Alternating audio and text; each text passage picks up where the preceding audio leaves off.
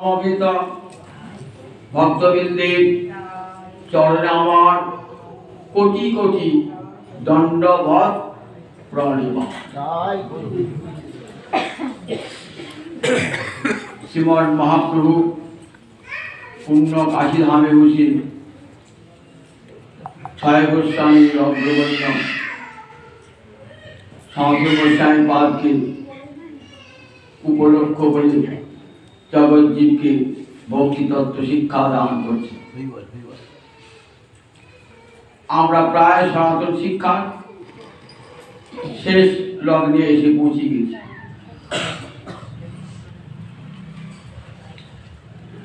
সনাতন গোস্বামীকে মহাপ্রভু যে শিক্ষাটা দিলেন সনাতন শিক্ষা, তাতে আমরা কি শিক্ষা পেলাম? তিনটি বিষয়ের শিক্ষা দিলেন: সম্বন্ধ, অভিধেয় আর প্রয়োজন। সম্বন্ধ হলো কৃষ্ণ, কৃষ্ণ প্রাপ্তির উপায় হলো অভিধেয় কৃষ্ণ ভক্তি, আর সেই ভক্তি সাধনের ফল লাভ হলো প্রেম। এই প্রেমের দ্বারাই কৃষ্ণ পাওয়া যায়। এই প্রেমের সাধনাই বৈষ্ণবের সাধন। বিনা প্রেমে কখনো কৃষ্ণ প্রাপ্তি ঘটে না। পঞ্চম পুরুষার্থ এই প্রেম মহাধন। কিভাবে সেই প্রেম কি লাভ হবে? শুনো সনাতন, প্রেম প্রয়োজন। প্রেমকে কি বলেছেন? প্রয়োজন তত্ত্ব। সেই প্রেম তত্ত্বেরই ব্যাখ্যা দিচ্ছেন মহাপ্রভু সনাতন গোস্বামী পাদ।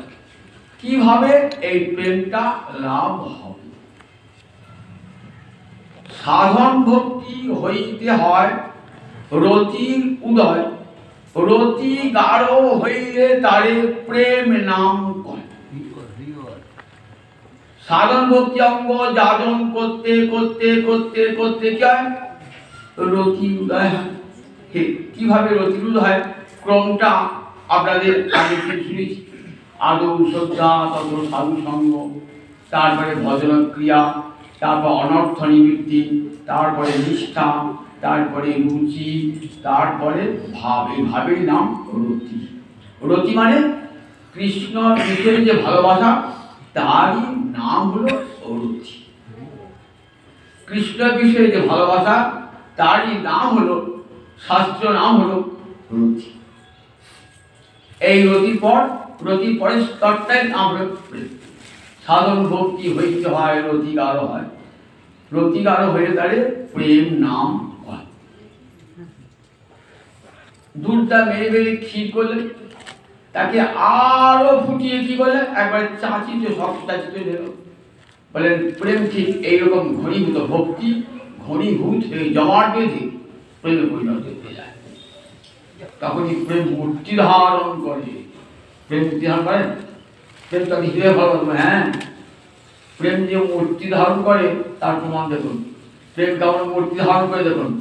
সখী কহ না গৌর কথা, আমার গৌর নাম অমিয়া ধাম, প্রীতি মূরতি দাতা।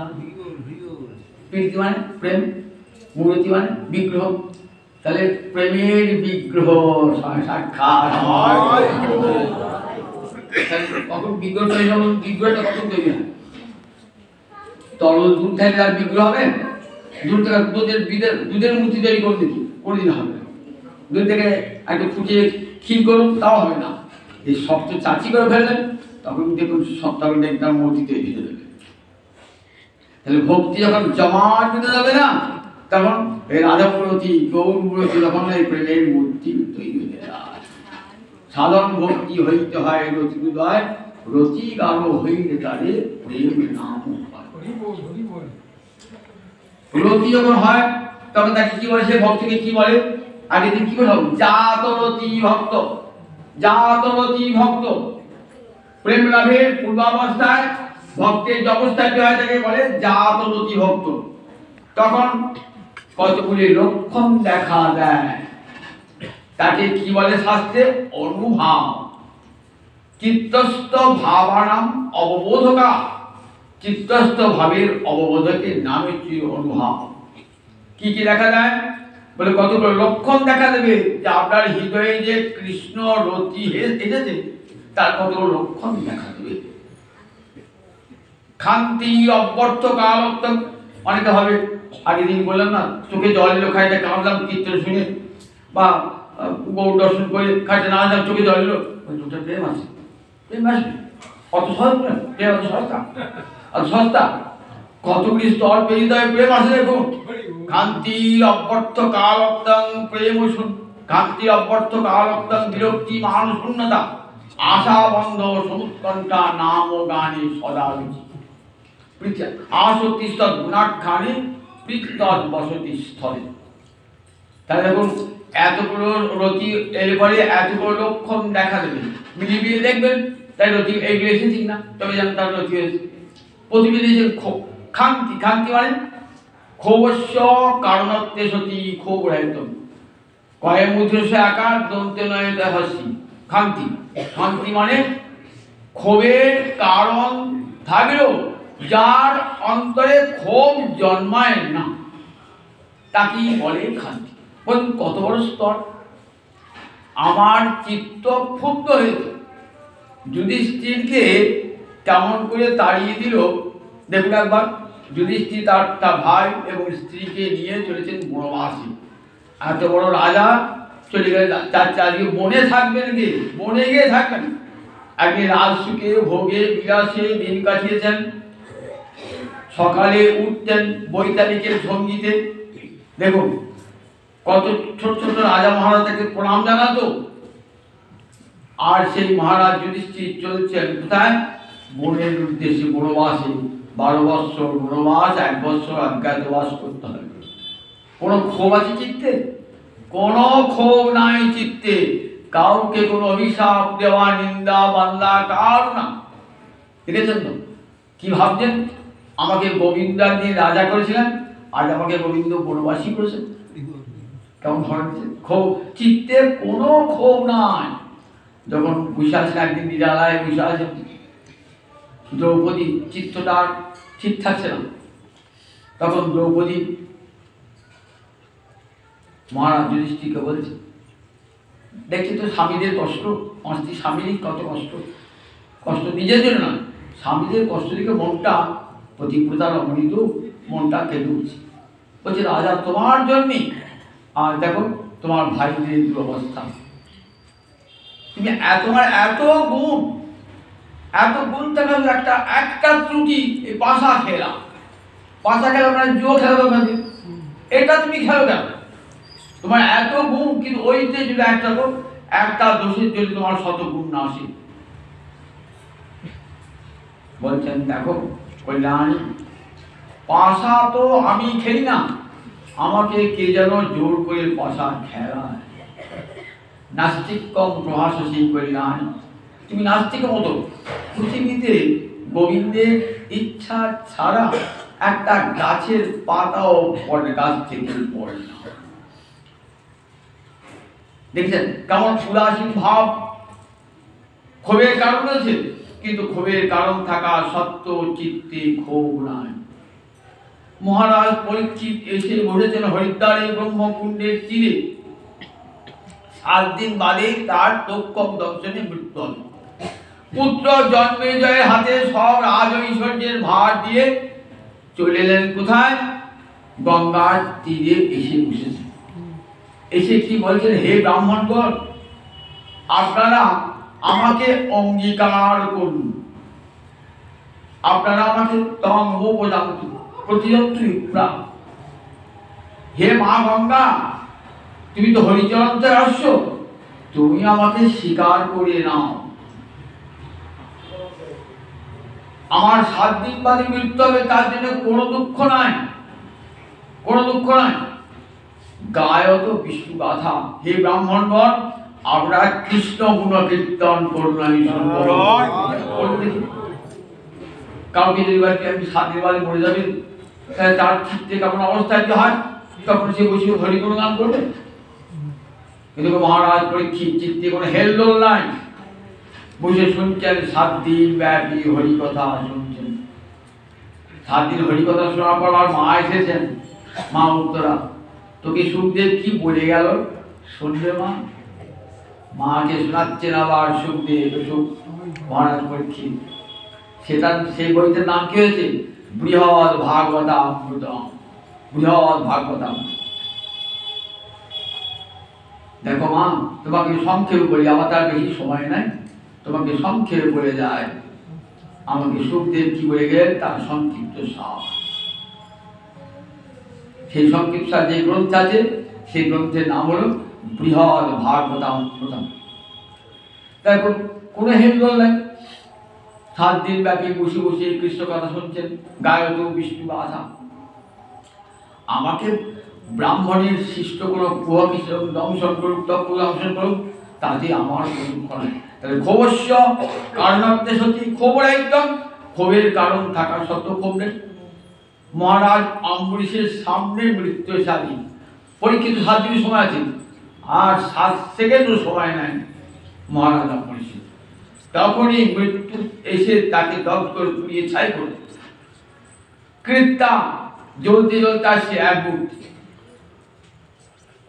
মহারাজ অম্বরীশের কোনো পরিবর্তন ন চচাল সিদ্ধ মহারাজ ন চচাল পদান্বিত। মহারাজ পরীক্ষিত, তোমার তো 7 দিন সময় আছে, আর মহারাজ অম্বরীশ 7 সেকেন্ড সময়ও ছিল না, কিন্তু এতটুকু বিচলিত হন নাই, মৃত্যু হয় কম্পিত হয় নাই। দেখেছেন তো? তাহলে কৃষ্ণ প্রেম লাভের অবস্থায় যা যদি ভক্ত লক্ষ্যটা দেখলাম না, আমি এসে গৌর বাড়িতে চুকে জল ফেললাম, আমার কৃষ্ণকে লাভের। দেখুন একবার প্রথম স্তরটাই দেখুন, ক্ষোভস্য কারণত্ব সত্যি, ক্ষোভ ওড়াই চিত্তে কোনো ক্ষোভ থাকবে না। পুত্র বলেছে, কোনো প্রিয়জনের বিয়োগ হয়েছে, তা সত্ত্বেও কিন্তু কৃষ্ণ নাম বন্ধ যায় নাই, মন করে গোবিন্দ চরণে রয়েছে। আমরা রাখতে পারি? তাহলে সেই স্তরে যদি শিবাসের বিধে পুত্র মারা গেল, একমাত্র পুত্র মারা গেল, শিবাস আনন্দে নাচছে। আর তবে আনন্দের দিন কেন? গোলকের আনন্দময় ব্রহ্ম আজ এসে আমার গৃহে নৃত্য করছেন, আমার আনন্দের দিন নয়? তাহলে ক্ষোভের কারণ থাকা সত্ত্বেও ক্ষোভহীনতা, এই নাম লক্ষণ। অপর্থ কালোত্তম, দ্বিতীয় লক্ষণ, একটা সময় যেন আমার হরিচিন্তা বিহীন হয়ে সময় না কাটে। প্রতিটি পদ দণ্ড মিনিট সব সময় যেন আমার চিত্তে হরিচিন্তন হয়, অন্য কোনো চিন্তা যেন আমার হৃদয়ে না থাকে, একমাত্র হরিচিন্তা 24টি ঘন্টা অপর্থ কালোত্তম। একটা সময় যদি চলে যায় হরিচিন্তা বিহীন, তাহলে কি বা জানতে হবে? চলে এসে আমার অনেক ধন সম্পদ চুরি করে দিয়ে চলে গেল।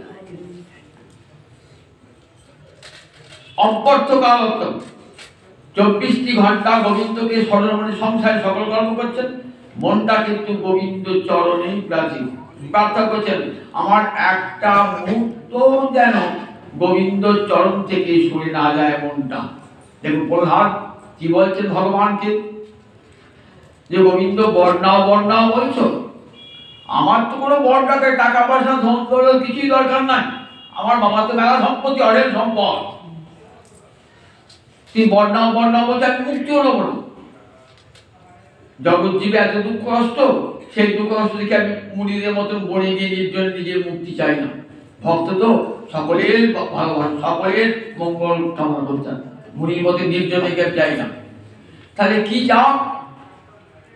তুমি বারবার যখন বলছো কিছু তো একটা নিতে হবে, না নিলে তোমার তো মর্যাদা থাকে না।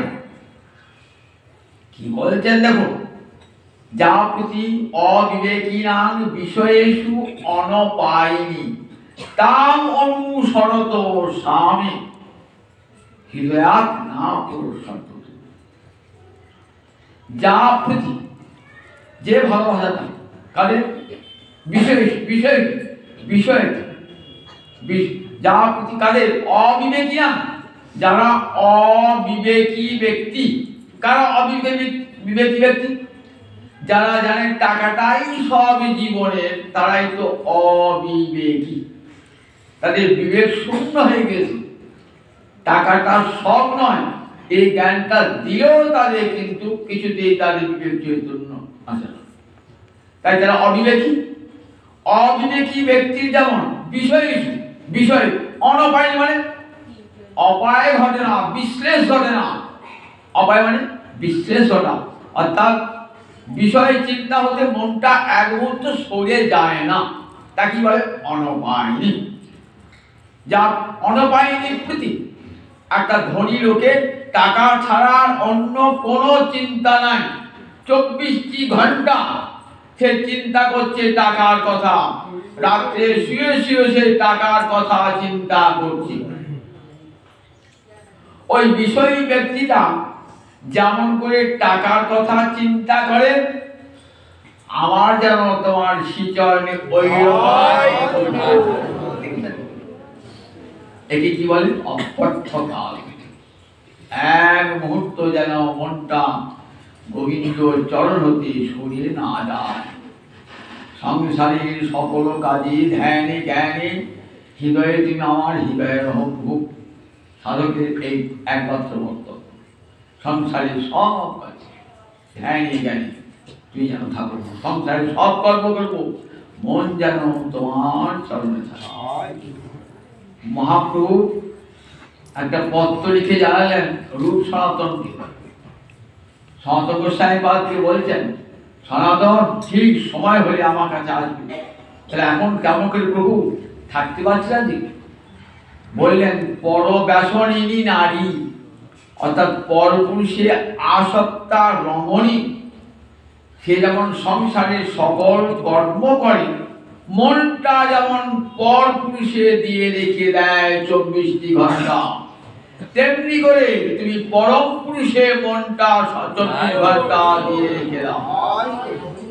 ঠিক আছে, 24টি ঘন্টা মনটা গোবিন্দ চরণে দিয়ে রেখে দাও। পরম পুরুষ, ওটা পর পুরুষ বলে, ওই পর পুরুষ মানে পরম পুরুষ।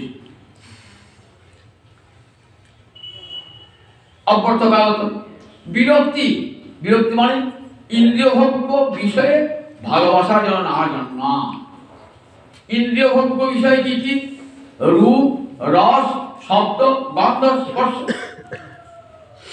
এগুলো হলো ইন্দ্রিয়ভোগ্য বিষয়। চোখ দেখতে চায় রূপ, কান শুনতে চায় শব্দ, নাসিকা চায় সুগন্ধ আঘ্রাণ করতে, জিহ্বা চায় রস আস্বাদন করতে, ত্বক চায় স্পর্শ সুখ অনুভব করতে। তাহলে এই পঞ্চ বিষয় ভোগ করবার জন্য আমাদের পঞ্চ ইন্দ্রিয় ব্যাকুল হয়ে রয়েছে। এই ইন্দ্রিয়ভোগ্য বিষয় থেকে অরুচি, ইন্দ্রিয়ভোগ্য বিষয় অরুচি। জগতের কোন রূপ দেখতেই ভালো লাগে না। যে নয় একবার গোবিন্দ রূপ করে গেছে, সে নয়ন যেন আর অন্য কোথাও না যায়, আর কোথাও না যায়। বংশী গানামৃত ধাম লাবণ্যামৃত জন্মস্থান, যে না হেরে সে চাঁদ বদন, সে নয়নে কিবা কাজ পড়ুক তাহারি মুন্ডে, সে নয়নে রহে কি কারণ। নয়ন আছে, নয়ন দিয়েছেন কি জন্য? এমন সুন্দর নয়ন দিয়েছেন কি জন্য গোবিন্দ? গোবিন্দ তাকে দেখবার জন্য নয়ন দিয়েছেন।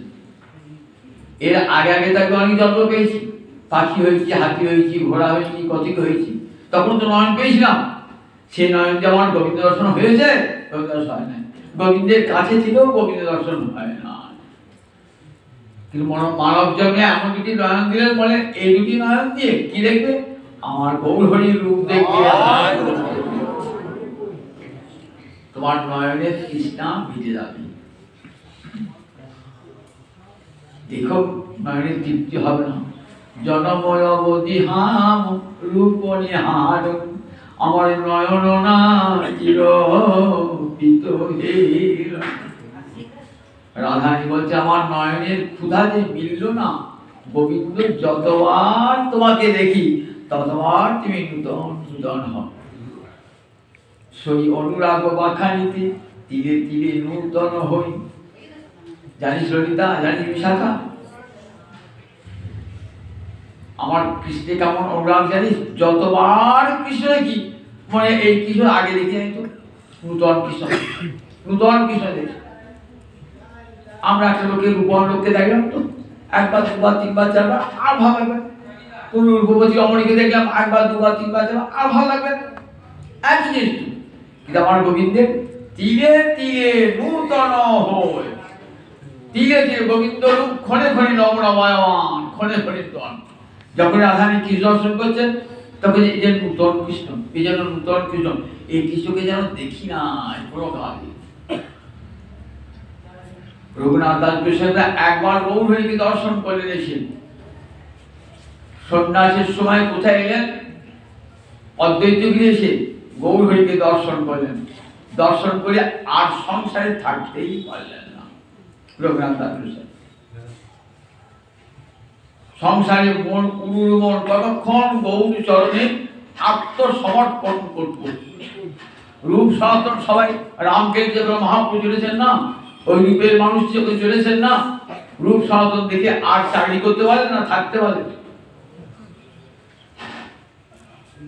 রঘুনাথ তুমি কেন সংসার ছাড়লে? ঘরে এমন সুন্দরী রমণী, পিতা মাতার অঢেল সম্পদ, তোমার কিসের অভাব ছিল? তুমি সংসার ছাড়লে কেন? বলছে আমাকে জিজ্ঞাসা করো না, এই উত্তরটা পাবে যদি একবার গৌরাঙ্গ রূপ দর্শন করো। একবার গৌরাঙ্গ রূপ দর্শন করো, সে আখি ফিরাতে না মনোয়ুর্মা দর গোড়া একবার যেই হ্যাঁ সে আখি ফিরাতে না মনোয়ুর্মা দন গোড়া গৌরূপে আরো মাধুর্য কেন বলুন দেখি? রাধা গোবিন্দের রূপটা ভাগ হয়ে গেছে, গোবিন্দ রাধা। আর গোবিন্দ আমার রূপের সাগর, রাধানী আমার রূপের সাগর, দুটো রূপ সাগরে মিলে রূপের মহাসাগর। তাই একেবারে যেই হ্যাঁ সে আখি ফিরাতে নারী মনোন্মাদন গোড়া চান। প্রেমের মূর্তি, তাকে দেখলে নয়ন ফেরানো যায়, নয়ন ফেরানো যায় না। আমরা দেখতে জানি না, আমরা গুরু কৃপা পাই নাই। গুরু কৃপা পেয়ে দেখতাম দেখতাম এই রূপ কেমন রূপ। ব্রহ্মা দর্শন করে বলছেন প্রভু তোমাকে সাধুরা দেখে সংসার ত্যাগ করে দিয়েছে, আর কোথাও দেখাতে পারে না। কেমন করে দেখে তারা? প্রেমাঞ্জন ছুরিত ভক্তি বিরোচনে সন্ত সদৈব হৃদয়েষু বিরকায়ন্তি ইয়ং শ্যাম সুন্দরং অচিন্ত গুণ স্বরূপং গোবিন্দং আদি পুরুষং তমহং ভজামি। কি করে তারা দর্শন করেন? প্রেমের কাজল মাখা নয়নে দর্শন করছেন সাধুরা, হৃদয়েষু বিরকায়ন্তি। সাধুরা বুঝ হয়েছেন, চক্ষু খোলেন না, চোখের হৃদয়ের মাঝে দেখছেন ভগবান দর্শন করছেন। প্রেমাঞ্জন ছুরিত মানে প্রেমের কাজল মাখা নয়। বিলোচন, বিলোচন মানে বিশেষ লোচন। এই লোচনটা গুরুদেবের পাওয়ার দেওয়ার কৃপার। তাই প্রেমাঞ্জন ছুরিত ভক্তি বিলোচনে সন্ত সাধুরা সদৈব সবসময়তে হৃদয়ে সুবিল হয়। সাধুরা হৃদয়ে দেখছেন, নির্জন স্থানে বসে সাধুরা এসে এই পরম প্রেমময় পুরুষ গোবিন্দকে দর্শন করছে হৃদয় মাঝে, আর নয়ন ফিরাতে পারছেন না, চোখ খুলতে পারছে না। ভাবি চোখ খুলে যদি গোবিন্দকে দেখতে না পায়। তাই প্রেমাঞ্জন সুরিত ভক্তি বিলোচনে সন্ত সদৈব হৃদয়ে সুবিরকায়ন্তি ইয়ং শ্যাম সুন্দরং অচিন্ত গুণ স্বরূপং গোবিন্দং আদি পুরুষং তমহং ভজামি। তাই সব ইন্দ্রিয় সার্থক হয় গোবিন্দ রূপ দর্শন। তখন আর সব বিষয়ে অরুচি যায়, জগতের কোনো রূপ দেখতে ইচ্ছা করে না।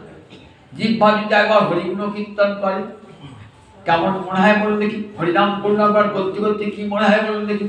কৃষ্ণ নাম করতে করতে তুণ্ডে তাণ্ডবী নিরতি বিতরিতে তুণ্ডাবলী লব্ধে কর্ণক্রৌর করম্বিনী ঘটয়তে কর্ণার্বুদে বস্পৃহাং চেত প্রাঙ্গণ সঙ্গিনী বিজয়তে সর্বেন্দ্রিয়ানাং কৃতিং ন জানে জনিতা কিয়ৎ বিরমিতৈ কৃষ্ণেতি বর্ণন্তৈ। মহাপ্রভু রূপ গোস্বামী এই শ্লোক শুনে বলছেন, দেখো নামের মহিমা অনেক শাস্ত্রে বলা আছে, কিন্তু নামের এমন মাধুর্য কোথাও বলা হয়।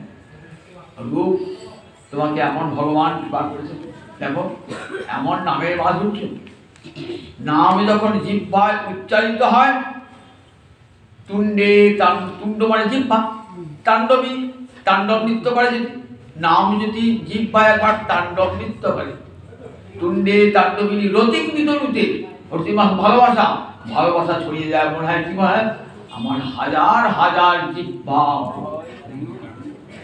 তুণ্ডে তাণ্ডবী রতিক বিতরিত তুণ্ডাবলী লব্ধে। তুণ্ডাবলী মানে একটা জীবে নাম করে আনন্দ হচ্ছিল প্রভু, তুণ্ডাবলী অসংখ্য তুণ্ড দান, সেই জিহ্বা দিয়ে তোমার নাম করব।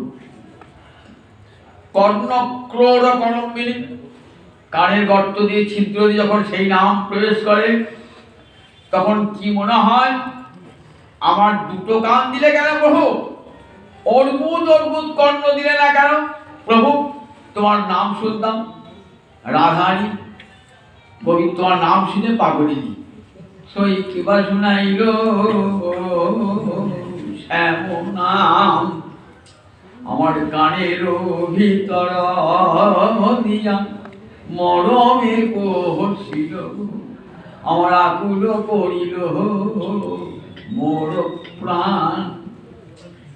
তাহলে কান দিয়ে যখন ঢুকলো তখন মনে হবে দুটো কান কেন প্রভু? হাজার হাজার কান হোক আমার। নাম যখন চিত্ত মাঝে নৃত্য করে, চেত প্রাঙ্গণ, চিত্ত উঠে চেত প্রাঙ্গণ সঙ্গিনী, তখন কি হয়? বিজয়ী সর্বেন্দ্রিয়ানাং কৃতিং, সব ইন্দ্র কাজ করছে। নাম যখন নৃত্য করে, হাতও কাজ করতে পারে না, চরণও কাজ করতে পারে না, চোখও কাজ করতে পারে না, জিহ্বাও কাজ করতে পারে না, সব স্তব্ধ হয়ে যায় যখন হৃদয়ের মাঝে নাম নৃত্য করে। বিজয়তে সর্বেন্দ্রিয়ানাং কৃতিং, সমস্ত ইন্দ্রিয়ের কাজকে জয় করে, অর্থাৎ আর কোনো ইন্দ্রিয় কাজ করতে পারে না। ন জানে জনিতা কিয়ৎ বিরমিতৈ কৃষ্ণেতি বর্ণন্তি।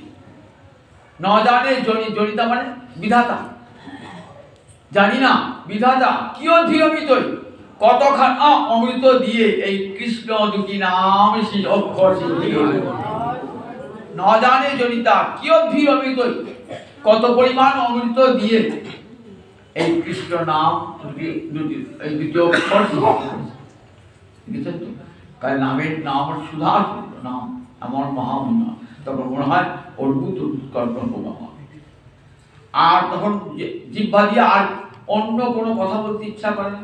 জিহ্বা দিয়ে আমার জিহ্বা সবসময় কৃষ্ণ নাম করুক, সারাটা জীবন আমার কৃষ্ণ নাম করুক, মৃত্যুকালেও আমার যেন জিহ্বায় যেন কৃষ্ণ নাম উচ্চারিত হতে আমার প্রাণ। দেখেছেন তাহলে কেমন? দেখুন কৃষ্ণ নামের কেমন মাধুর্য, তার সমস্ত ইন্দ্রিয়ভোগ্য বিষয়ে। আর সাধকের কিছু থাকে, জাতকী ভক্তের এই অবস্থায় আর সাধকের কোনো দিকে লক্ষ্য থাকে না, ইন্দ্রিয়ভোগ্য বিষয়ে তার অরুচি সে যায়, অরুচি সে যায়। সে জিহ্বা দিয়ে গোবিন্দের প্রসাদ ছাড়া আনন্দ কিছু খাবে না, অন্য খাদ্যে তার অরুচি সে যাবে না। আমার গোবিন্দের অধামৃত, কৃষ্ণের অধরা আমৃত, কৃষ্ণ গুণ সুচরিত, কৃষ্ণের অধামৃত আর কৃষ্ণ গুণ সুচরিত। জিহ্বা দিয়ে কৃষ্ণ গুণ বর্ণনা করবেন আর কৃষ্ণের অধামৃত আস্বাদ করবেন। জগতের অন্য সব খাদ্য যত ভালো খাদ্য নামি দেখেন, কৃষ্ণের প্রসাদ আছে না খাবো না, ভালো ভালো জিনিস তৈরি করেছি বলে আপনার জন্য, বলে না না ও ভালো জিনিস হয় নাই তো, ও তো আমার গোবিন্দ খায় না, ভালো হবে কি করে? গোবিন্দ না খেয়েছে ভালো হয় নাকি? আমার গোবিন্দের অধামৃত, গোবিন্দের অধর স্পর্শ করবে, তবে তো সেটি অমৃত হবে। তাই প্রসাদ ছাড়া তার গ্রহণ করবে না। বৈষ্ণবেরা বলে, না না, তুমি যত ভালো মন্দ দাও না কেন আমি খাবো না, তুই আমার যত নির্জল হও না কেন খাবো না, কারণ তোমার এই খাদ্যে গোবিন্দের অধর স্পর্শ হয় না, অধামৃত হয় না, কাজী জিহ্বা সে জিনিস গ্রহণ করবে না। তাই সমস্ত ইন্দ্রিয় আর রূপ রস শব্দ গন্ধ স্পর্শ, নাসিকা অন্য কোনো আঘ্রাণ চায় না। সে কি চায়? নাসিকা চায় কৃষ্ণ চরণে যে তুলসী অর্পণ করেছেন, পুষ্প অর্পণ করেছেন, তার আঘ্রাণ চায়। কৃষ্ণ অঙ্গগন্ধ কেমন? মৃগমদ নীলোৎপল মিলনে যে পরিমল, যেই হরে তাহারে গর্বমান। মৃগমদ আর নীলোৎপল। মৃগমদ মানে হরিণের নাভিদেশ থেকে এত রসক্ষণ হয়, তার এত গন্ধ না, হরিণ নিজেই পাগল হয়ে যায়। তাকে বলে মৃগমদ। কস্তুরী, সেই সব মৃগে হয় না, কোনো কোনো মৃগে কস্তুরী, সেই কস্তুরী। আর তার সঙ্গে যদি নীলোৎপল অর্থাৎ নীলপদ্মের গন্ধ দুটো মিশে যায়, তাহলে কি হয়? দুটো মিলিয়ে কি হয়? তার যে পরিমল হয়, গন্ধ হয়, সেটা হাড় মেরে যায় কাটে। হ্যাঁ গো, কৃষ্ণময় অঙ্গ গন্ধ যার নাহি সে সম্বন্ধ, সেই নাশা ভস্রা রসমান। মৃগমদ নীলোৎপল মিলনে যে পরিমল, দুটো মিলিয়ে কত গন্ধ বলুন একবার। একই কস্তুরী গন্ধে নি পাগল, তার সঙ্গে আবার নীল পদ্মের গন্ধ, দুটো মিশেছে। মিশেও যেই হরে আর গর্বমান, তার বড় অহংকার। দেখেছ এই সেই পরিমলে কত অহংকার, আমার গন্ধে জগৎ পাগল হয়। বলছেন দেখো তোমার এই গর্ব ধ্বংস হয়ে গেছে, যে আমার তার অঙ্গগন্ধে তোমার গন্ধ তুচ্ছ, যেই হরে তার কৃষ্ণ কর পদতল কোটি চন্দ্র শশীতল, তার স্পর্শ যেন স্পর্শময়। ত্বক আছে তো, ত্বক তার স্পর্শ সুখ। সেই স্পর্শ সুখ কখন পাবো? বলছে কৃষ্ণ কর পদতল, কৃষ্ণের কর না হাত, কৃষ্ণের চরণ স্পর্শ করলে ত্বক যে স্পর্শ সুখ অনুভব করে, জগতে আর ত্বক অন্য কোন স্পর্শ সুখ লাভ করতে পারে না। তাই কৃষ্ণ কর পদতল কোটি বলে কোটি চন্দ্র সুশীতল, কোটি কোটি চন্দ্রের চেয়ে সুশীতল কৃষ্ণ কর পদতল। তার স্পর্শ নাই যা, সেই যাও ছাড়খা, সেই দেহ লৌহ বপুষ। যদি কৃষ্ণ করচরণ স্পর্শ করে আনন্দ না পায়, তার দেহটা লৌহ বপুষম, লোহার দেহটা স্পর্শ সুখে যায় না। তাহলে দেখুন, এই যে ইন্দ্রভোগ্য বিষয়, পঞ্চ বিষয়ে ইন্দ্রের আর অন্য কোনো জিনিস চায় না, ইন্দ্রের পাঁচটা জিনিসই চায়। একে বলে বিরক্তি। আর সংসার থাকতে বলেন আমাদের রাজস্বী ভরত, থাকতে বললেন না। জাগতি ভক্ত তো সমস্ত ইন্দ্রিয় কৃষ্ণ সেবায় লাগিয়ে দিয়েছেন। সংসারে স্ত্রী রয়েছে, নবীনা যুবতী রয়েছে, পুত্র রয়েছে, রাজ্য রয়েছে। সুদুষ্ট দান সুদান সুহীর কার্যং হৃদস্পৃশ জহ যুবৈব মলবৎ উত্তম শ্লোক আলস। সুদুষ্ট দান সুদান, দান মানে পত্নী, সুত মানে পুত্র।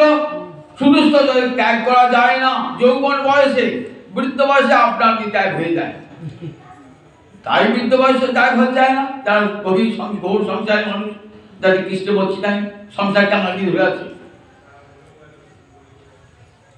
কেউ দেখুন যৌবন বয়সে কত সংসার আকর্ষণ, স্ত্রীর প্রতি আকর্ষণ, পুত্রের প্রতি আকর্ষণ, সব পরিত্যাগ করে চলে গেলেন কোথায়?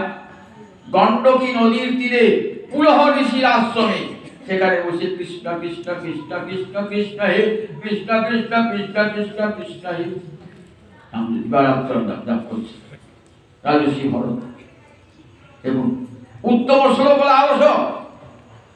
যৌবন বয়সে এমনি করে ত্যাগ করলে, হ্যাঁ ত্যাগ কেমন ত্যাগ জানো? মলবৎ ত্যাগ। মল ত্যাগ করে যেমন সবাই আর সেদিকে ফিরে তাকায় না, তেমনি সংসার ত্যাগ করে ফিরে তাকান না। আমি বউকে ফেলালাম, ছেলেকে ফেলালাম, রাজ্য ফেলালাম, এগুলো তাকান কেন? গোবিন্দ বল আলোচনা সব ছাড়িয়ে দিয়েছিল, মলবৎ উৎসব কেমন বিরক্তি গেছে ইন্দ্রভক্ত বিষয়ে। আর এতটুকু ভালোবাসা ছিল না। রঘুনাথ দাস সেই পাঠ সব ছেড়ে গেলেন। দেখেছেন তো কিভাবে ইন্দ্রভক্ত বিষয় থাকা করে। রাজস্বী ভট্ট আমার তো অনেক দূরের কথা, কিন্তু রঘুনাথ দাস সেই বৈরাগ্য আমরা তেমন দেখলাম। পড়ুন দেখি একবার রঘুনাথ দাস সেই পাঠ। রাজার ছেলে বলতে গেলে রঘুনাথ দাস সেই পাঠ। কি খাচ্ছেন বলেন কি? পুরীতে পুরীতে কেমন, যেখানে প্রসাদ বিক্রি করে কসাইরা, সেখানে দাঁড়াচ্ছেন না, মহাপ্রভু বেশ ভালো থেকে দেখছেন না। রাত্রিকালে প্রসাদ যখন বন্ধ হয়ে যায়, কেউ আর বিক্রি হয় না, সেই প্রসাদটা নর্দমায় ফেলে দেয় কসাইরা। সেই নর্দমার অন্ন তুলে জল দিয়ে ধুয়ে একটু লবণ মিশিয়ে খান। এত বড় রাজা ছিল যে রাজভোগ খাওয়ার মুখ যান। দেখেছেন তো কত বৈরাগ্য একবার। ছেঁড়া কথা নেড়া কথা মলিন বসন দিয়ে গায়, গোসাই আমার ধুলায় ঢুকায়, বোঝে ধুলায় ঢুকাচ্ছে। মলিন বসন দিয়ে গায়, বোঝে ধুলায় গড়া গড়ি যায়। গোসাই আমার কাঁদছেন, রাধে দয়া করো রে, একবার বর্ষণ পরে চেয়ে কাঁদে, একবারে যাবট পানে চেয়ে কাঁদে। কোথায় আছো আমার করুণাময়ী রাধে, দেখা দিয়ে প্রাণ রাখো। নয়ন জলে ভাসছেন, নয়ন জলে ভাসছেন, ধুলায় ডলছেন, রাধা কুণ্ডের তীরে বসি।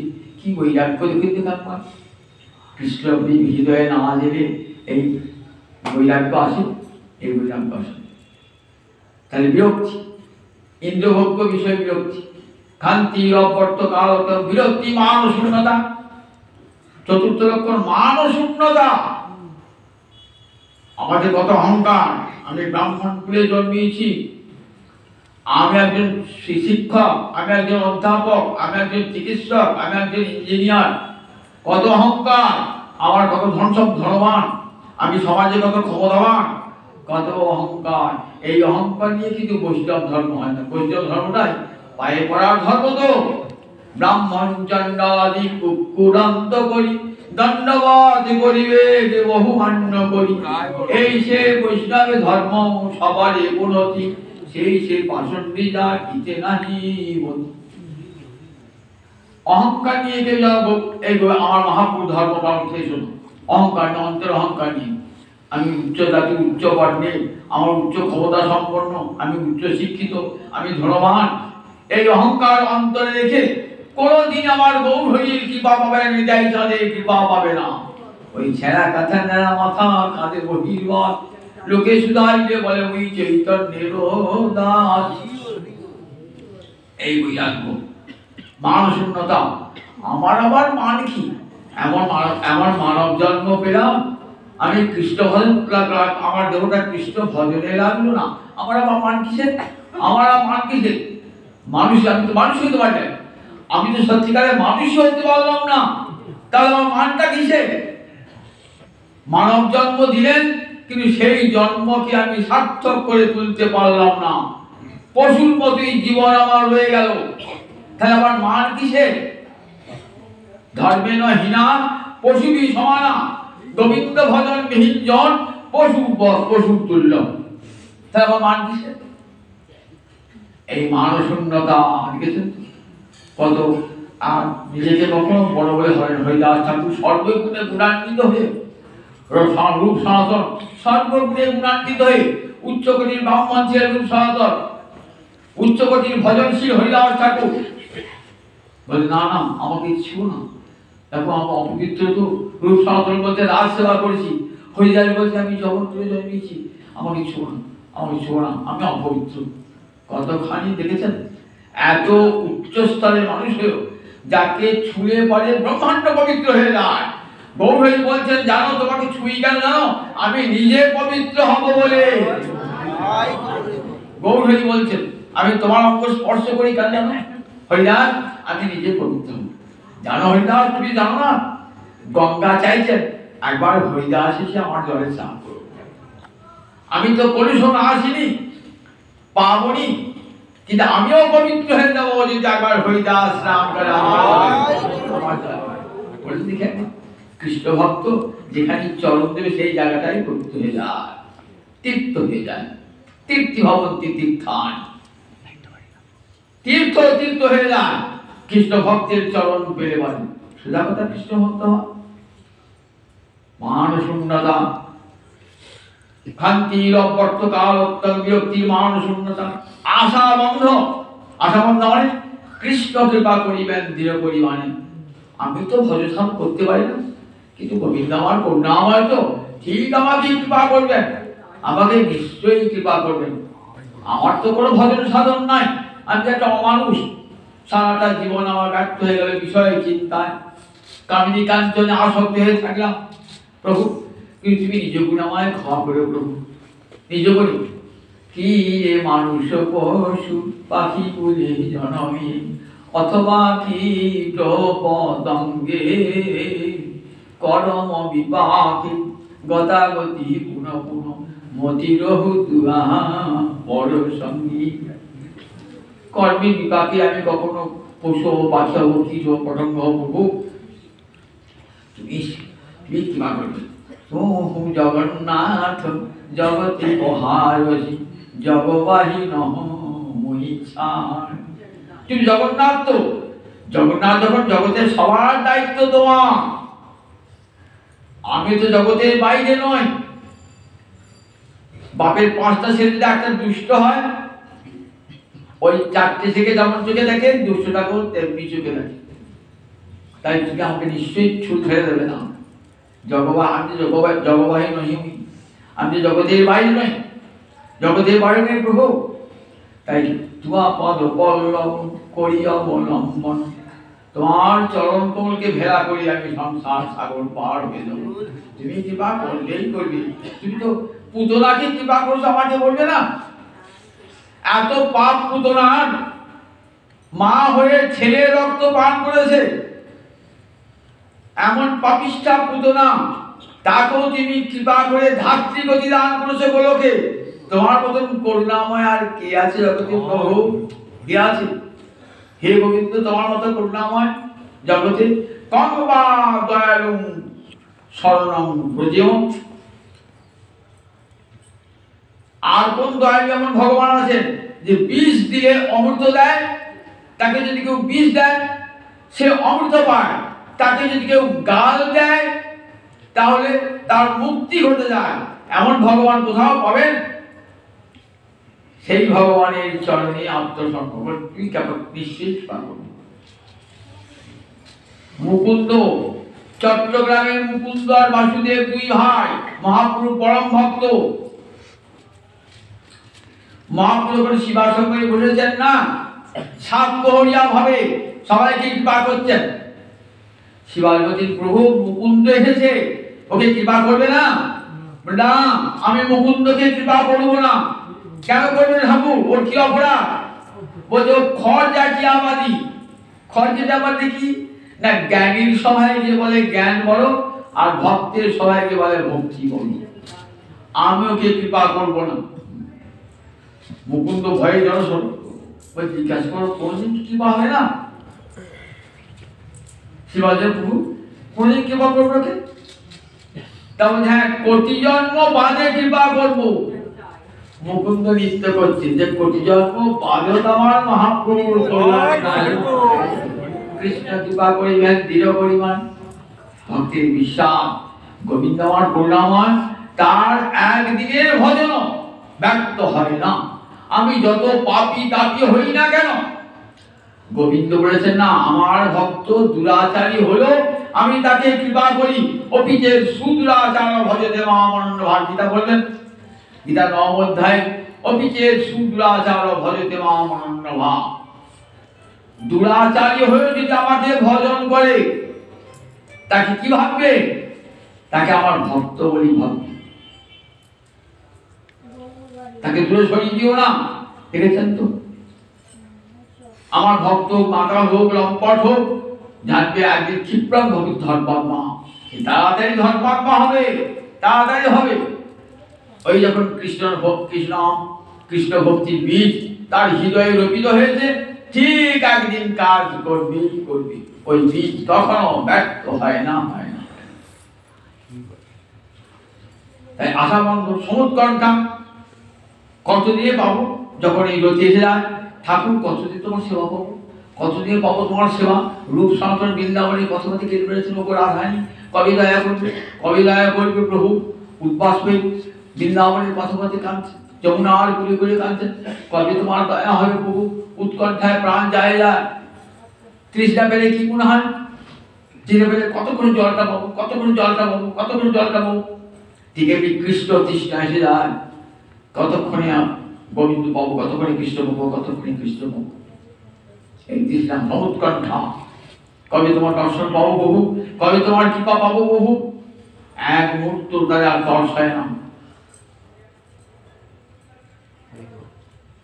আশাবন্ধ সমুৎকণ্ঠার নাম ও গানের সদা রুচি, সবসময় মনে হয় তার নাম গান করি। 24 ঘন্টা রাতে শুয়ে তার নাম গান করি। শুয়ে যান তাকে স্বপ্নে দেখি, শুয়ে দেখি তার নাম কিন্তু আমার কর্মে প্রবেশ করে। নাম ও গানে সদা রুচি, যাকে ভালোবাসি তার কথা শুনতে সবচেয়ে ইচ্ছা হয়। ভক্ত ভগবানকে ভালোবাসে, রতি এসে গেছে, ভালোবাসা স্তর আগে এসে গেছে। তাকে ভালোবাসবেন না? ভালোবেসে আমরা এই জগতে যাকে ভালোবাসি, তার নাম গান শুনতে আমরা সবসময় ভালোবাসি। ঠিক তেমনি ভগবানকে যারা ভালোবাসেন তার নাম গানে সদা রুচি। আসক্তি স্তর গুণাখ্যানে প্রীতি তৎ বসতি স্থলে, যেখানে ভাগবত হচ্ছে, মহাভারত হচ্ছে, রামায়ণ হচ্ছে, ভক্ত ছুটে যায়। কেন? আমার প্রাণনাথের কথা শুনবো, আমার চোখে ঘুম আসবে না, আমি কারোর সঙ্গে কথা বলবো না, আমার প্রাণনাথের কথা হচ্ছে, আমি শুনবো, গান ভরে শুনবো। তার কথা শুনলো আমি। ছেলে দূরে আছে, অনেক দূরে আছে, বছরে একবার আসতে পারে না, কিন্তু পাড়া প্রতিবেশী ছেলে গুণগান করে, মা গান করছে, হ্যাঁ আমার ছেলেটা ভালোবাসতো, সেটা ভালোবাসতো, এইসব বলতো। মা ছেলেবেলায় কি দুষ্টুমি করতো, আমার ছেলেটা অমুক করতো তমুক করতো। মায়ের মনটা পড়াশাকে ছেড়ে দিই, সব স্মৃতি মধ্যে এসে যায়। 24 ঘন্টা একটা ছেলে জামাতে বলে, এই জামাটার মধ্যে খুব ভালোবাসছে একটা, জানিস তো, এই ছবিটা দেখতে খুব ভালোবাসছে একটা, সবসময় এটি খেতে আমার ছেলে খুব ভালোবাসতো। মা শচীদেবী যেমন, এই যে মা নিমাই খেতে ভালোবাসত, নিমাই আমার পটল ভাজা খেতে ভালোবাসত, নিমা আমার বেগুন ভাজা খেতে ভালোবাসত, নিমাই আমার কচুর শাক খেতে ভালোবাসত। সবসময় মায়ের মনে এই স্মৃতি, ঠিক ভক্তের স্মৃতি থেকে যায়। 24 ঘন্টা আসক্তি স্তর, তাই যেখানে আসক্তি স্তর গুণাখ্যান, যেখানে তার গুণের কথা, সেখানে আসক্তি। প্রীতি তৎ বসতি স্থলে, যেখানে আছে আমার গৌরহরি, যেখানে আছে আমার নিতাই চাঁদ, আমি সেইখানে থাকবো, অন্য কোথাও থাকবো না। যেখানে আমার গৌরহরি আছেন, যেখানে আমার নিতাই চাঁদ আছেন, যেখানে আমার রাধা মাধব আছেন, সেইখানে আমি থাকবো, আর কোথাও থাকবো না। প্রীতিতৎ বসতি স্থলে, যেখানে ভক্ত চাই ধামে থাকবো, ধামে থাকতে হবে সতত স্মরণ হবে। ধামে একটা মহিমা আছে না, এই কাকায় রয়েছে, এত নাম গান পাঠ, মা গঙ্গা সবসময় করে বই দিচ্ছেন। কোনো বাড়িতে হরিনাম অষ্টবর হচ্ছে, খোলের ধ্বনি, শঙ্কর ধ্বনি শুনতে পাচ্ছি প্রতিদিন, কোথাও নাম সংকীর্তন ধ্বনি শুনতে পাচ্ছি। তা ধামে থাকার জন্য নাই? আমি ধামের বাইরে যান, কিছুই নাই। ধামের বাইরে যান আর কিছুই নাই, মনের ক্ষুধা মিটবে না, সব পাবেন, কিন্তু মন অভুক্ত থেকে যাবে, হৃদয় অভুক্ত থেকে যাবে। সেখানে সব আছে, টাকা পয়সা ধন দৌলত সব আছে, কিন্তু হৃদয় অভুক্ত থেকে যাবে। কৃষ্ণ নাম অমৃত বিনে খায় যদি দণ্ডপান, তবু ভক্তি দুর্বল জীবন। ভালো মন্দ খেতে পেলেও ভক্ত প্রাণে মরে যায়। ওই হরিকথা হরিনাম তো কোথাও নাই, কোথাও গীতা পাঠ, কোথাও ভাগবত পাঠ হয় না। ভক্ত অন্তরে বড় দুঃখ বেদনা হয়। কৃষ্ণ রতি পরে এই লক্ষণগুলি, এই রতি হল আর্জন গাঢ় হয়ে যাবে। তখন কি হবে? তখন রতিটা কৃষ্ণ প্রেমে পরিণত হয়ে যাবে। এই প্রেমটাই প্রয়োজন। এই প্রেম তত্ত্ব আবার আগামী রবিবার আপনাদের